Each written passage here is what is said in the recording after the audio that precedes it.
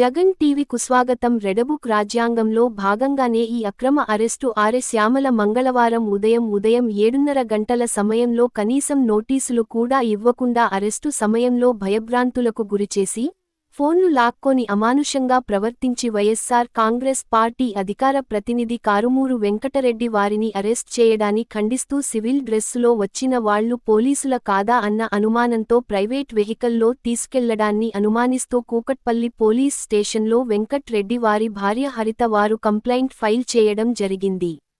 Social మీడియాలో కూటమి ప్రభుత్వం వైఫల్యాలను ప్రశ్నిస్తే అరెస్ట్ చేస్తారా? మరి ఇంత దౌర్జన్యం ఎందుకు? నారా లోకేష్, నారా చంద్రబాబు వారి ముందు, హరిత గారి ముందు కారుమూరు వెంకటరెడ్డి గారిని తీసుకెళ్లిపోవడం జరిగింది. సో అంటే ఇది ఏం చెప్పాలనుకుంటున్నారు నాకు అర్థం కాని విషయం ఇక్కడ. ఎందుకు అంటే నిజంగా గనక మీరు అరెస్ట్ చేయాలనుకుంటే మీరు ముందు ఒక సిఆర్పిసి నోటీస్ వాటివన్నీ ఇవ్వాలి. ఇచ్చి ఆయన మీకు సపోర్ట్ చేయకపోతే, మీకు విచారణకు రావడానికి ఆయన సపోర్ట్ చేయకపోతే అప్పుడు మీరు వచ్చి అరెస్ట్ చేయాలి. అంతేగాని మీ ఇష్టం వచ్చినట్టుగా ఎఫ్ఐఆర్ ఫైల్ అయిందేమో నిన్న సాయంత్రం 7:20 చిల్లరకు అలా ఎఫ్ఐఆర్ ఫైల్ అయింది. మరి తాడిపత్రి నుంచి పోలీసులు వచ్చాము అంటే వీళ్ళకి ముందే తెలుసా ఎఫ్ఐఆర్ ఫైల్ అవుతుందని? సో రెడీగా ఉన్నారా కార్లు వేసుకుని వెళ్ళిపోవడానికి? తాడిపత్రి నుంచి రావడానికే చాలా సేపు పడుతుంది కదా. ఉదయం 7 గంటల 7:30 కిందకు వచ్చి సెక్యూరిటీ దగ్గర నుంచి వీళ్ళకి ఫోన్లు చేసి, అంటే ఇదంతా ముందు ప్రీ ప్లాన్ అనే విషయం ఇక్కడ మనం అర్థం చేసుకోవచ్చు అనమాట. సో ఎర్రబుక్ రాజ్యాంగంలో జరిగేటువంటి అక్రమ అరెస్టులో భాగంగా ఇది కూడా ఒకటి ఖచ్చితంగా.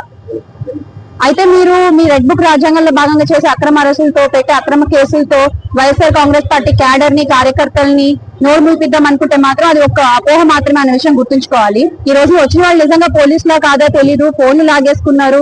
అడగ్గా హరిత గారి ఫోన్ వెళ్ళేటప్పుడు ఆవిడ చేతిలో పెట్టారు. మళ్ళీ ఆవిడకి వార్నింగ్ ఇచ్చారు. మీరు ఎవరికైనా చెప్తే కాన్సిక్వెన్సెస్ ఫేస్ చేయాలి. ఏం కాన్సిక్వెన్సెస్ ఫేస్ చేయాలి సార్? బెదిరిస్తున్నారా మీరు ఇంట్లో వాళ్ళని?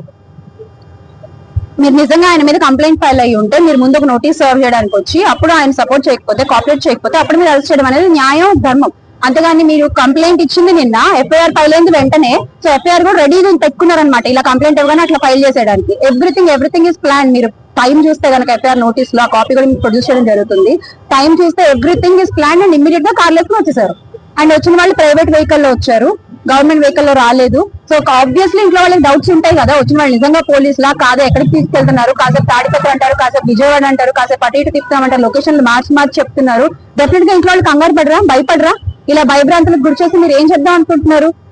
మీకు కావాల్సింది ఏంటి అంటే వీళ్ళని మొరాలిటీని దెబ్బతీయడము, వీళ్ళని హ్యూమిలియేట్ చేయడము, అంతే. కేవలం అందులో భాగంగానే ఈ రోజు మీరు వచ్చారు. అండ్ ఆయన ఏదో ఒక వీడియో పోస్ట్ పెట్టారు, అందుకని మేము అరెస్ట్ చేశాము, మనోభావాలు దెబ్బతిన్నాయని ఎవరో కంప్లైంట్ చేశారంట. మరి ఇప్పుడు మా మనోభావాలు కూడా చాలా దెబ్బతింటున్నాయి. మరి ఇప్పుడు వదిన కూడా కంప్లైంట్ ఇస్తారు. చంద్రబాబు నాయుడు గారిని అరెస్ట్ చేస్తారా? లేకపోతే అధికారులు అరెస్ట్ చేస్తారా? నిజంగా నేరస్తుల్ని మీరు అరెస్ట్ చేయాలంటే పోలీసులు చాలా నేరాలు ఉన్నాయి కదా. నిన్న మనం చూస్తే 22 మంది గురుకుల హాస్టల్ పిల్లలు హాస్పిటల్ దాని వెనక కలుషితం అయిన ఫుడ్ కారణమైన వాళ్ళు నేరస్తులు, వాళ్ళని అరెస్ట్ చేయండి. కిందటి నెల కుర్పంలో కూడా ఇదే జరిగింది, వాళ్ళని అరెస్ట్ చేయండి. పల్నాడులో చదువుకునే పిల్లల్ని బాల కార్మికులుగా మారుస్తున్నారు, దాని వెనకాల ఉన్న వాళ్ళు ఎవరో వాళ్ళని పట్టుకుని వాళ్ళని అరెస్ట్ చేయండి. అంతేగాని మీరు చేసిన తప్పుల్ని ప్రశ్నిస్తున్నందుకు మీరు ఇలా మమ్మల్ని అక్రమ అరెస్టులు చేసుకుంటూ పోతే మాత్రం ఖచ్చితంగా భయపడేది లేదు, వెనకడుగు వేసేది లేదు. ఖచ్చితంగా పోరాడతాము. ఎప్పటికైనా న్యాయం గెలుస్తున్న నమ్మకం మాకుంది. చట్టాలపై మాకు నమ్మకం ఉంది. చట్టబద్ధంగానే, న్యాయబద్ధంగానే పోరాడతాము మా జగన్మోహన్ రెడ్డి గారి అండతో.